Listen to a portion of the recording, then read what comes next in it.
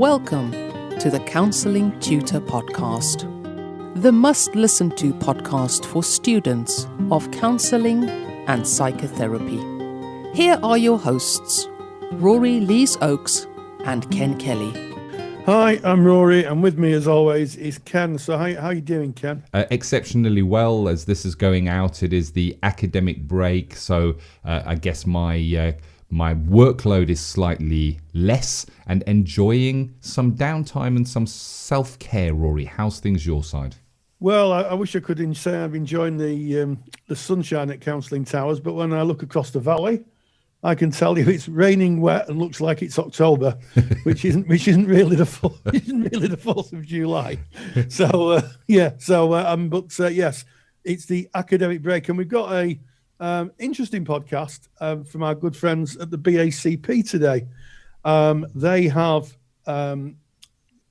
approached us just to chat about people setting up in private practice, and I caught up with Jo Langston and Caz Binstead, talking about resources for setting up in private practice and also the ethics of setting up in private practice. Lots to think about. I think there's a lot of people who I'll set up in private practice. Maybe the employment situation in the UK is a little difficult at the moment, so I'll set up privately. Just so much to think about, Ken. There's and I think this is the beauty of these podcasts is we during the academic time we kind of run to a very specific formula, but we like to step out of that formula during the academic breaks and go into our special series, and we've had a lot of great feedback from the special series, and I think that you've really hit a topic that is so current right now, Rory. As you're saying, so many people graduating. So many people that maybe are reevaluating how they might work going forward. And maybe one of those considerations is private practice. And private practice, I can say from being in it myself for many, many years, is very rewarding.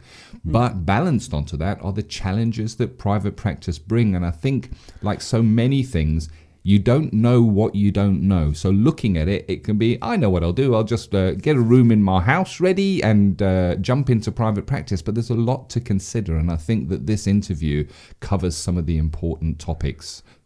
Yes. And the old phrase, how difficult can this be? Is one that people will find out when they start. So we caught up with Jo and we caught up with Caz. And they recorded this piece for us. We had a good bit of fun doing it, but I think the message that came from it is you need to use a lot of resources. Be very thoughtful about ethics. So let's see what happens when I caught up with Jo and Caz. Yeah, and just before we go into that interview, I just want to let you know that after the interview, we've got a super duper handout that you can get free of charge that is related to this. So let's go and have a listen. And welcome to this very special edition of the Counselling Tutor Podcast. And we've got a really special, really interesting edition here from our good friends and colleagues at the BACP. So I'm delighted to be joined by Jo Langston and Caz Binstead. So welcome both. Hi. And it might be useful. It might be useful if I ask you individually what your kind of roles are at the BACP, so the audience are kind of clear and know who you are and what you do. So, Jo, what is your kind of role at the BACP? So my title, Rory, is Ethics Services Manager. So the team that I work with, some of your listeners may have contacted already. We have a service run by ethics officers. So that's if you're a BACP member and you have an ethical query, you can contact the ethics officers to go through that. Also, any kind of general questions about the ethical framework as well, and they're more than happy to consider.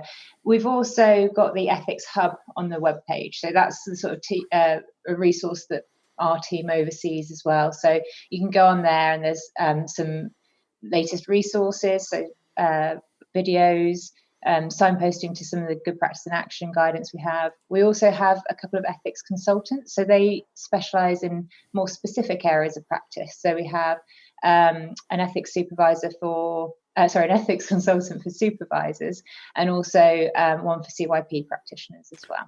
Well, thank you very much, Jo. And Caz?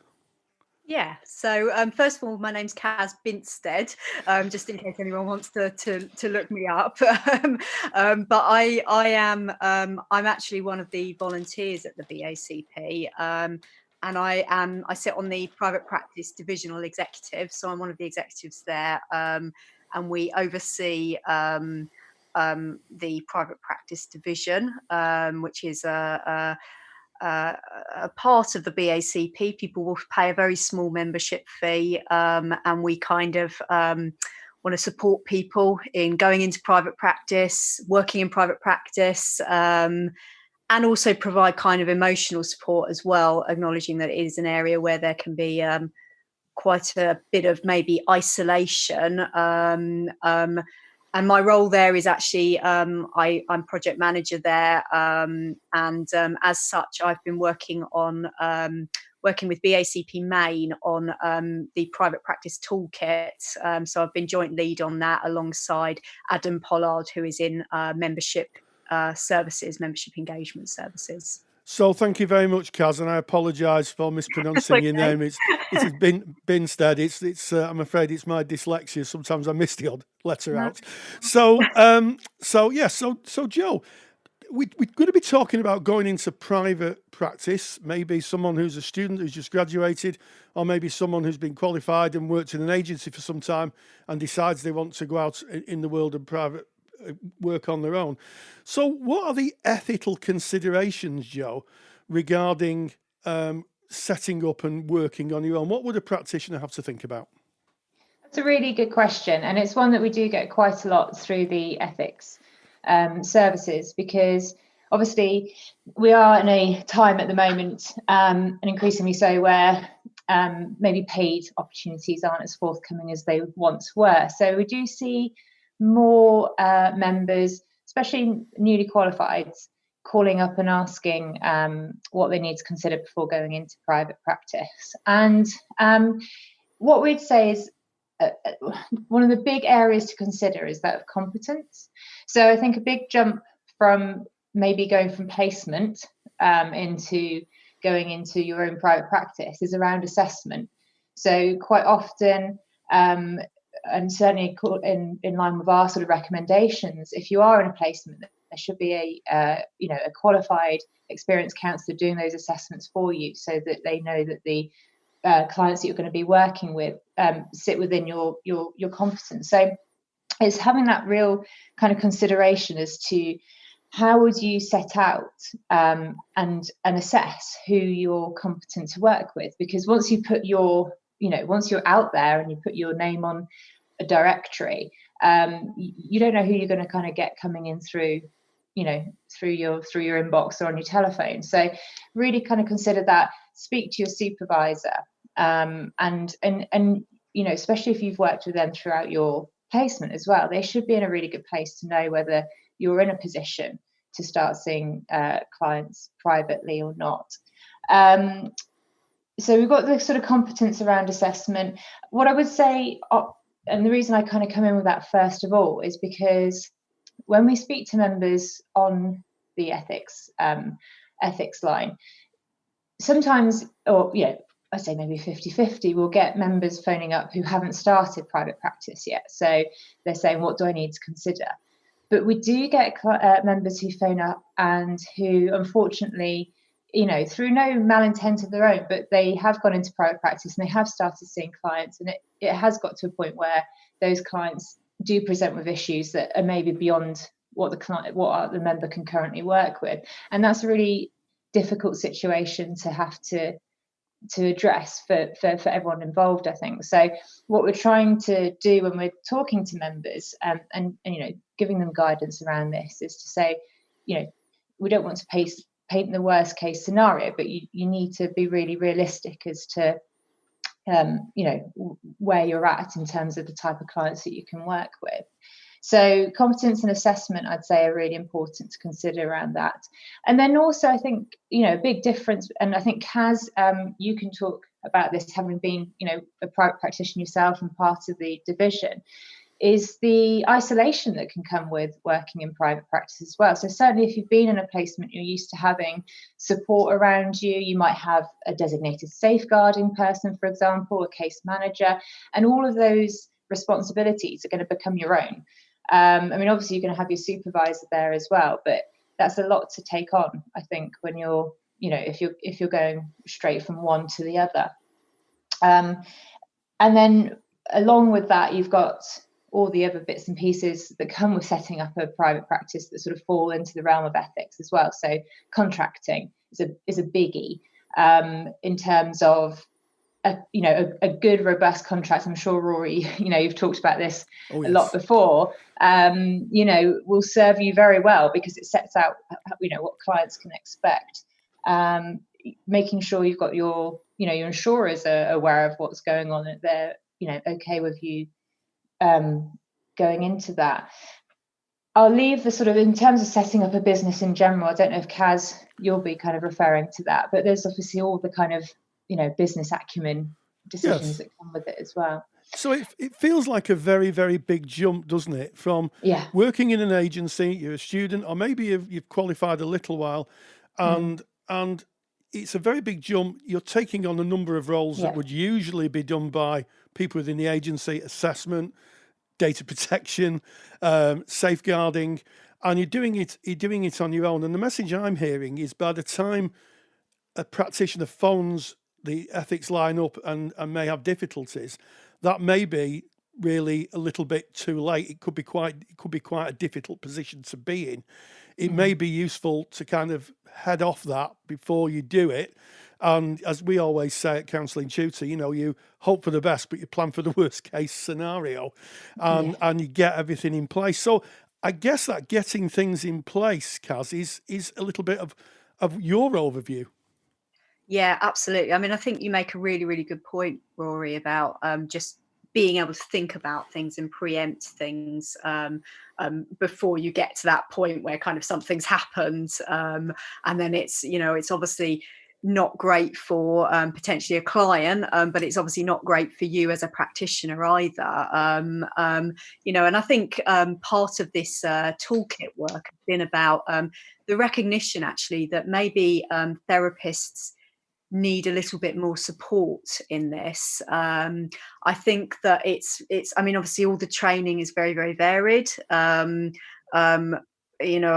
the country. So there's no set place necessarily where people learn about this very unique area of working.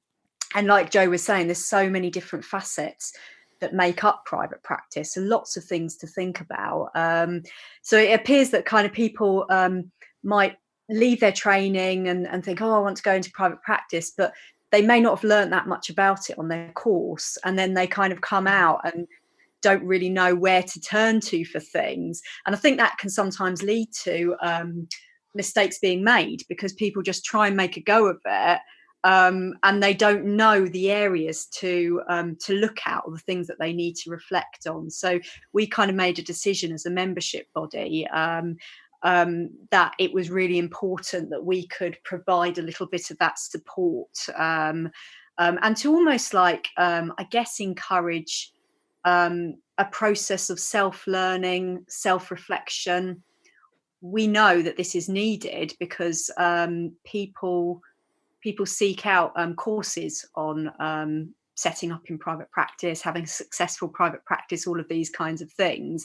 And sometimes these things can be quite costly, actually. I mean, I used to run one of these courses many, many years ago, and there was hardly any of them around then. But these days there are a lot. And then if you put in all the kind of the Facebook groups and all that, so we know it's needed. And we kind of wanted to make it as accessible as possible to our members, and to split it in a way. So for myself, obviously, Jo said I work in private practice. I work full time in private practice, and have done for many years.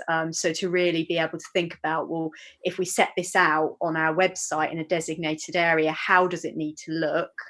And what needs to go in each of those sections. So, for example, we'll have kind of setting up in private practice. So people might just want to think, okay, right, well, I want to start private practice in, say, 6 months, 4 to 6 months or something. So let me work my way through that. And then we've got managing private practice, developing your private practice, and then finally working as a private practitioner.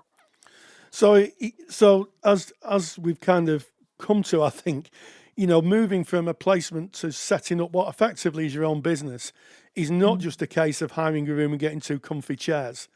There's only, right? there's which sometimes can for people who've never worked, had a kind of business before, may not seem an unreasonable kind of aspiration. I'll hire a room, I have my qualifications, but what I'm hearing is there's so much more, and as a private practitioner, I can definitely agree with this, that things you need to know about, and you're supplying a resource for people to be able to go in there and have a real good look at what they need to be able to work efficiently in the service of the client, ethically in the service of the client, and gain that support. It's a solitary occupation when you decide to move into private practice, and it can be a bit of a shock if you're used to having a huge support network.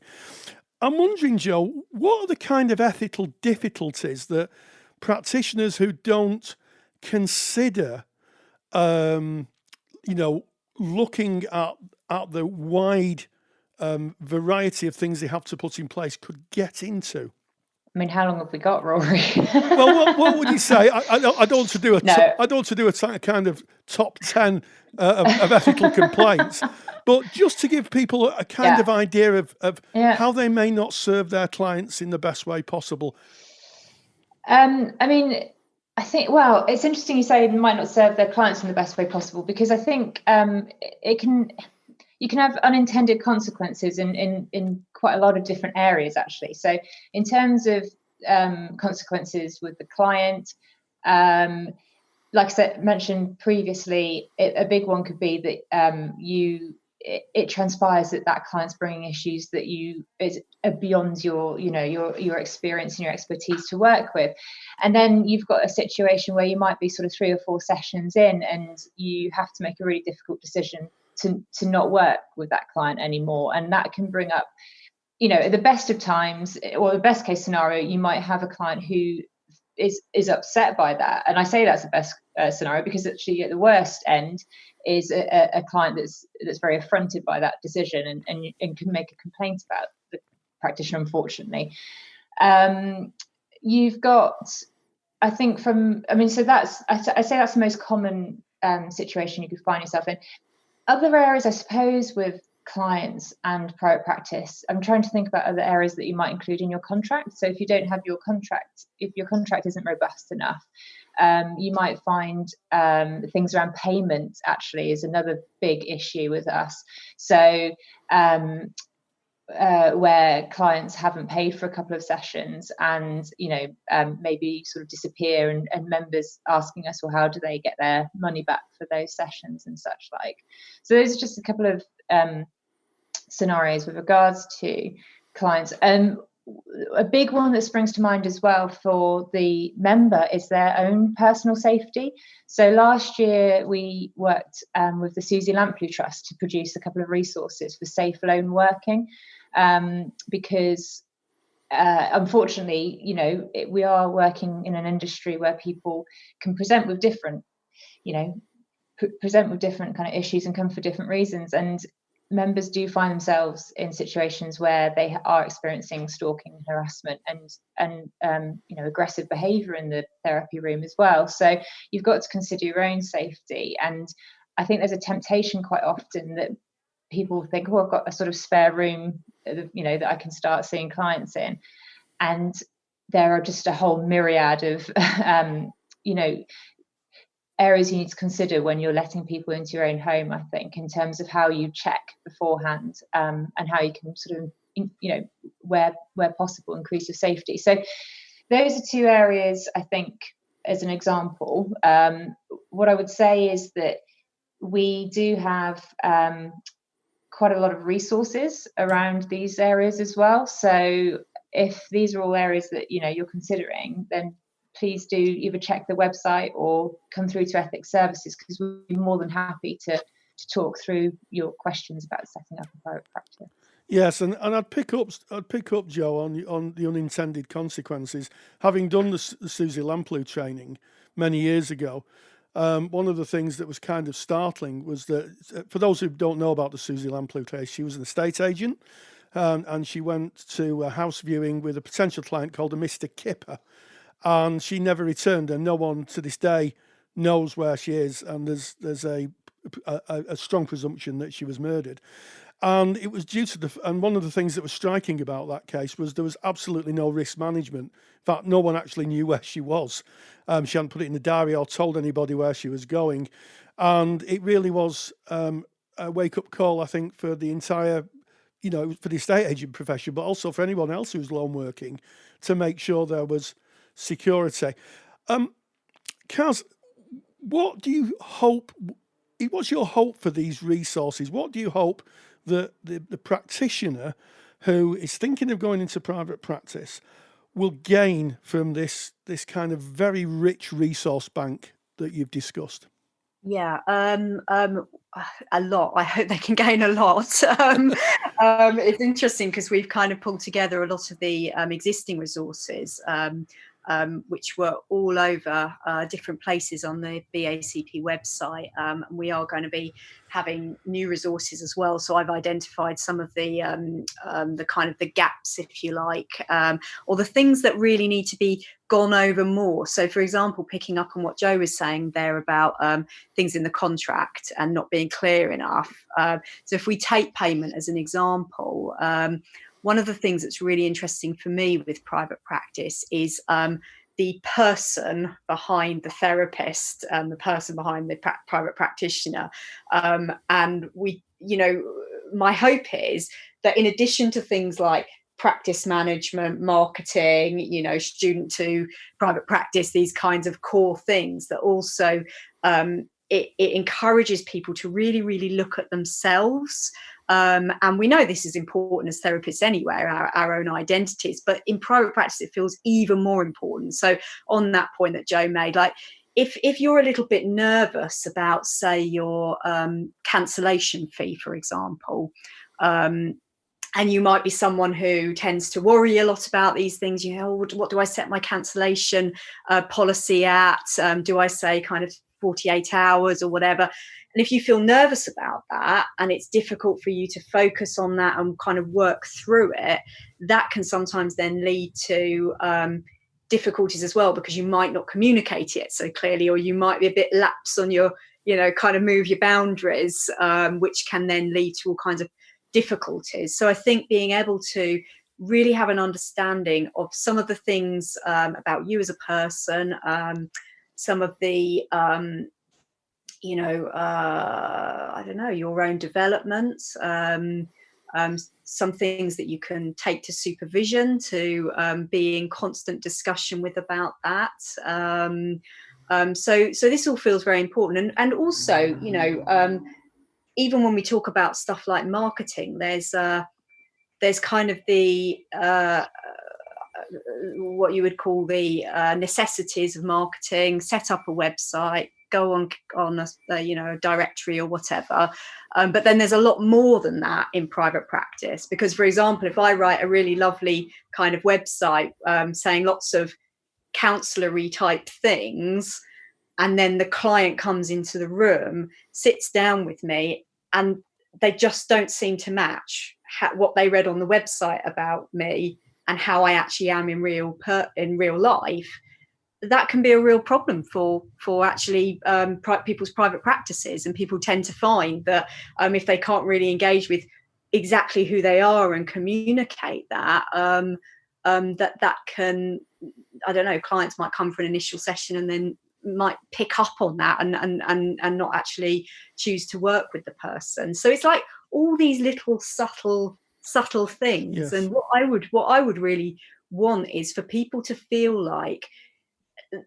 it's a good journey, it's good exploration, and it's effectively what's going to make you in the long term have a successful practice. So some people get very stuck on this idea when they qualify of, I need to have 15 clients within like a couple of months or something. Yes. And that's not really how it works. Actually, it's much better to spend a little bit of time investing in yourself, doing this self-reflection, investing in all the other things as you would with any other business, by the way, as well.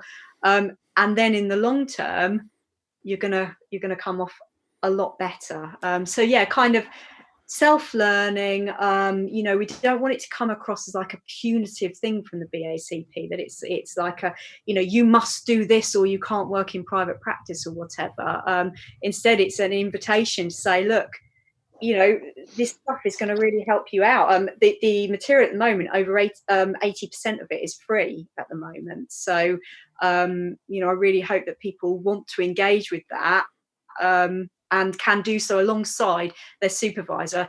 One more quick point, Rory, to just say about supervisors. I really, really recommend people find a supervisor who has worked in private practice or does work in private practice. Obviously, such an important part, coming back to that point that Jo made about isolation, because the buck stops with you when it's your private practice. So having a good supervisor is really, really crucial. Yes, and I guess what I'm hearing is that there's, you don't know what you don't know. So going into private practice without doing some form of research, understanding, as you've outlined, things about your website, your marketing, about how you set up security, can be done with the best intentions, but actually may have quite unintended consequences, which could lead to a difficulty with ethics, Jo. Yes, and just a couple of things I think that Caz picked up on that made me think, oh yes, and that. Workloads, caseloads, setting your own caseloads and setting boundaries as well.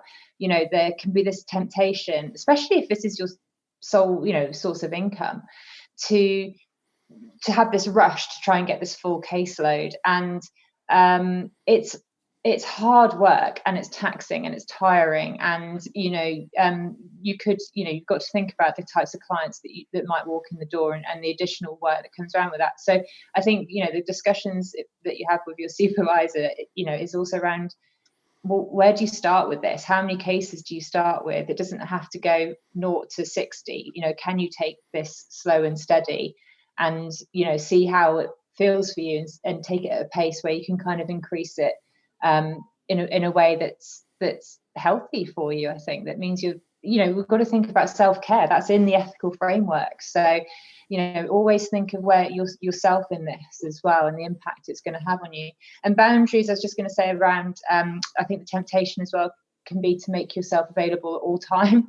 So again, think about when the time you need for yourself and the time that you're going to have to space between that and all the other things that kind of come with that. I mean, I think that is just sage observations, to be honest. And as we are in this kind of, at the time of recording, this difficult time, certainly in our existence with the COVID-19 pandemic and people thinking up maybe they need to set up in private practice. These are all things that are needed to be thought through, especially if you're working, as we are now, in the online world. That's a whole other element that needs to be taken on. So I wonder, as we come to the end of this interview, Caz, if you could offer one piece of observation, and notice I don't use the word advice, for someone who's setting up in private practice, an observation, what would it be? I would just say, the exploration is good. You learn a lot as a trainee, but you know what? That learning continues. And within those first 2 or 3 years, just soak it up. Don't be afraid of it. Don't be afraid of I'm going to make a mistake. Use your support networks, use the resources, and go for it. Do that self-learning, and successful private practice, it can be done. Yeah, so stay a student always. Exactly. Yeah. and Jo? I'd say consult, prepare, and take your time. And I think what you said, something, Rory, what was it? You don't know what you don't know. No, yes.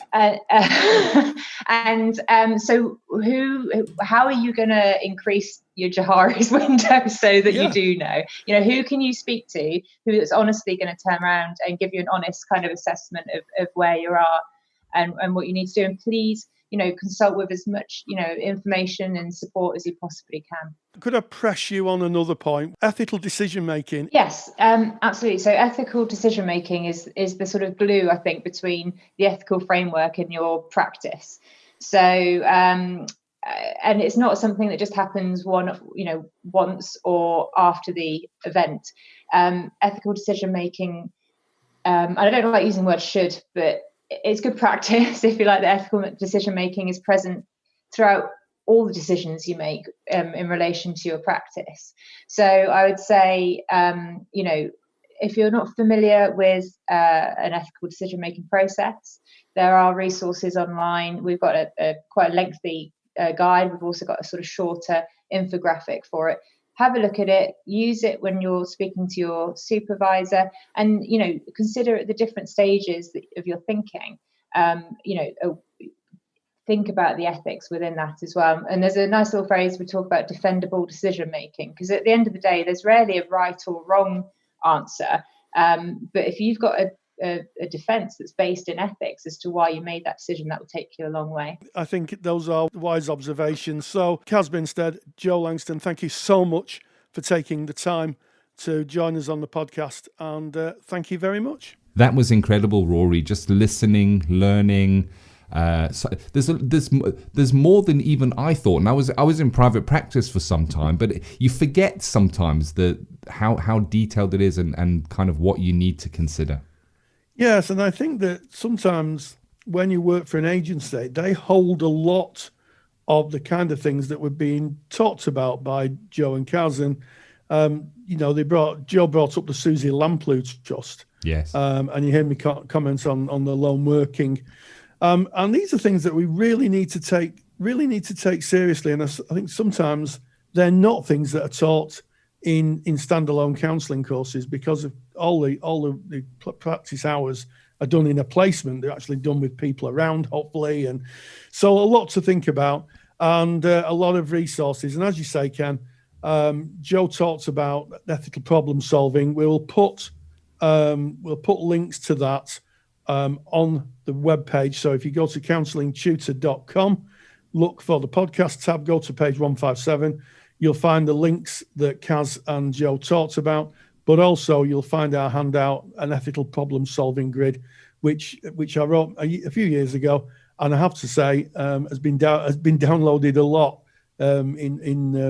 through the years. Students have used it a lot through the years, but yeah, it's a really important thing, and certainly in these times when people are setting up in private practice, hooking up with other therapists, using resources and thinking ethically is just so important. Yeah, I agree. Could not agree more. And I like how you've drawn that kind of parallel to the difference of working within maybe a multidisciplinary team. When you're in private practice, you're creating your own multidisciplinary team in terms of who you might refer to, but you're missing, I guess, that element of if you're faced with an ethical dilemma, who you go to. And of course you can go to your supervisor, and that would be expected. You can contact your ethical body, you might contact your insurer, but there are some times that we're called on to make a decision and pretty quickly, and we need to have, I guess, what's called defendable decision making, where we're able to show how we came to that decision. And that ethical problem solving matrix is just the job. It walks you through what you need to consider, think about, asks you questions to reflect on. And as Rory's pointed out where you can get that, it's our website. It's counsellingtutor.com. On the website, go to our podcasts tab. It's episode 157. Everything is there. Put in your name, your email address. We will send it to you. It's been great checking in with you, Rory, during this break, just for this special. And I think the good news is we have another special coming up soon. We do. Our friends at the BACP have contacted us on a number of occasions.